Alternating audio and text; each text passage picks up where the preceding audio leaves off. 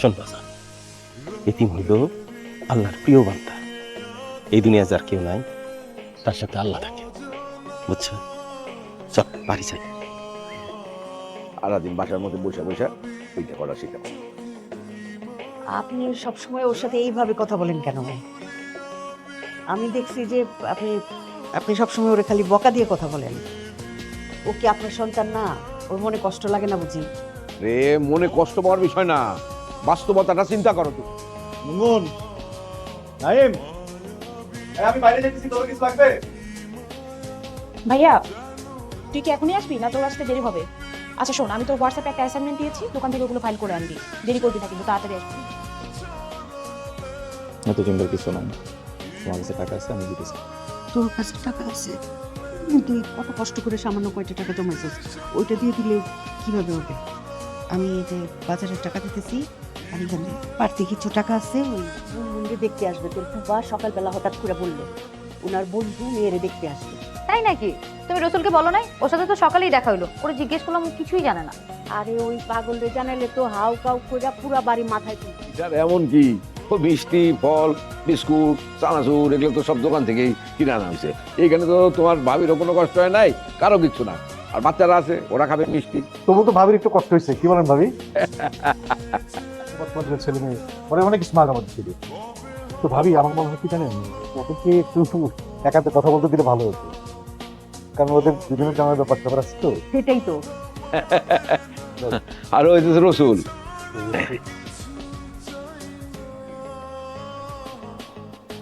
বড়রা এখানে একটু কথা বলি, তোমরা যাও যাও ভিতরে যাও। তোমার আব্বার ব্যবহারে কষ্ট পায় না বাবা। তোমার আব্বা না একটু কেমন জানি এরকমই, সবার সামনে একটু কেমন জানি ব্যবহার করে না, কিন্তু তোমার আব্বা কিন্তু তোমারে অনেক ভালোবাসে, অনেক আদর করে। তা না হলে কি এই সংসারে এত বড় হইতে পারতা? আর তোমার ছোট ভাই বোনগুলি দুষ্ট প্রকৃতির হয়েছে। খালি এই পরিবারে না, সব পরিবারে দেখবা কি ছোট ভাই বোনগুলি বড় ভাইয়ের পিছনে লাগে থাকে। আমি তো অনেক ভালো মানুষ, সবটা চুরি হয়ে গেছে, সর্বনাশ হয়ে গেছে। আমি বুঝতে পারছি এই ঘটনা কে ঘটাইতে পারে। বাড়িতে দুধ কলা দিয়া সাপ পোষা হইতেছে। এই বাড়ির এই পরিবারের মান সম্মান নষ্ট করার জন্যে, আমাদেরকে বিপদে ফেলার জন্য তো একজনই যথেষ্ট। আপনি কার কথা বলতেছেন? আর কথা বলতেছি, তুমি বুঝতে পারতেছো না? তোমার ছেলে রসুলের কথা। ও ছাড়া তো এই বাড়িতে আর বাইরের কোনো লোক নাই। রসুল আমার ছেলে বলতেছেন? রসুল কি আপনার ছেলে না? অপর্ণা, তুই কি বলতেছেন? আমি কেন আমার বোনের গহনা চুরি করতে যাবো? আমি তো ছাদে সবকিছু গোছাইতেছিলাম, আপনি আসলে জিজ্ঞেস করেন। এই আচ্ছা, বললাম পারে আব্বা, আমি কোনো কিছু চুরি করিনি। আমার সারা জীবনের ওইটুকুই সম্বল 5 কাঠা জমি।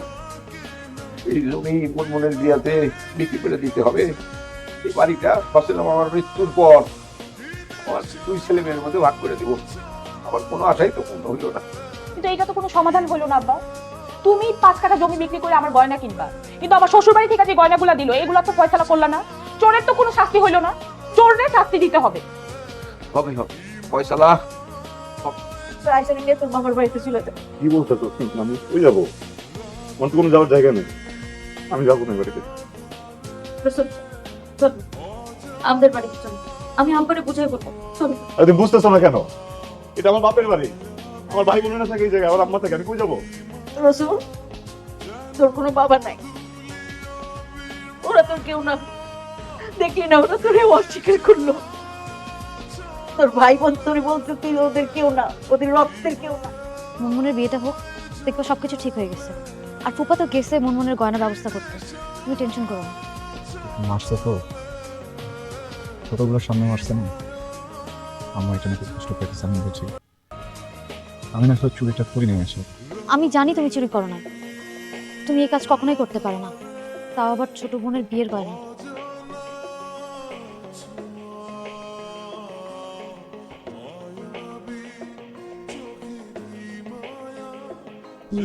গাড়িতে তুলে দিই। হ্যাঁ রসুল রসুল 9 পুলিশে কল দিছে, চলো এখান থেকে। চলো, দাঁড়ানো সময় নেই, চলো চলো রসুল। মামা যদি আমরা বিশ্বাস করে, মামা যদি আমার চোর ভাবে, আর যদি আমার আব্বারে ফোন দেয়, আমি তো চুরিটা করিনি। আব্বাই তোমাকে বিশ্বাস করবে, আব্বার কাছে তুমি নিরাপদ।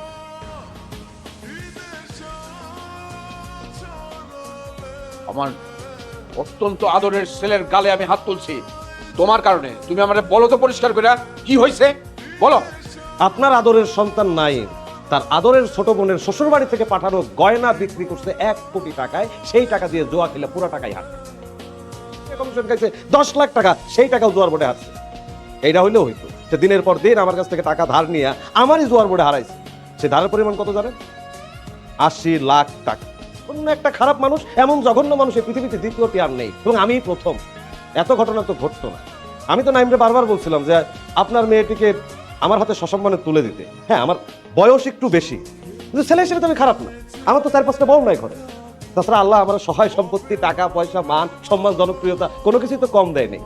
আপনারা আমার কথা শুনলাম। আমি ভুল করছি, আমি মানি আমি ভুল করছি, আমি ভুল করছি মানি, কিন্তু আব্বা আপনি আমারে কখনোই বললেন না যে আমি কারণ ছাড়া দোষী। একটা অমানুষ। আমার বিয়ের জন্য কিছু গয়না রেখে গেছে, খুব বেশি গয়না না, অল্প কিছু গয়না, কিন্তু এখন স্বর্ণের যা দাম, ওইটুকু গয়নার দাম এখন অনেক। আমি না বিক্রি করে ফেলছি। কেন? তোমার জন্য। তুমি কিন্তু না করতে পারবে না। আচ্ছা, এটা করিস না আমার সাথে, আল্লাহর রাস্তায় এটা করিস না।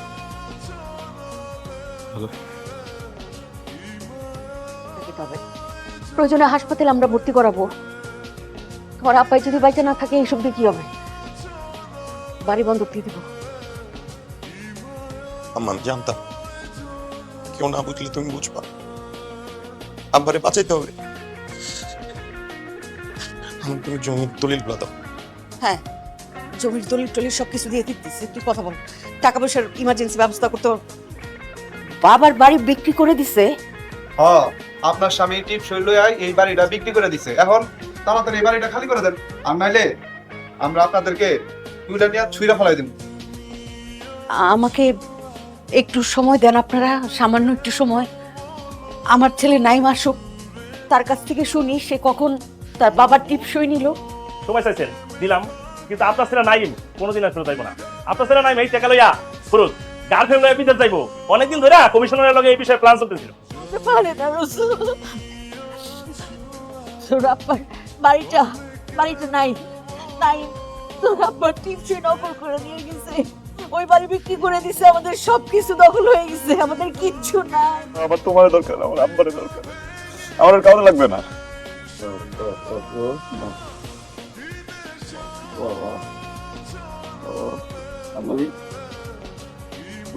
আমার ছেলে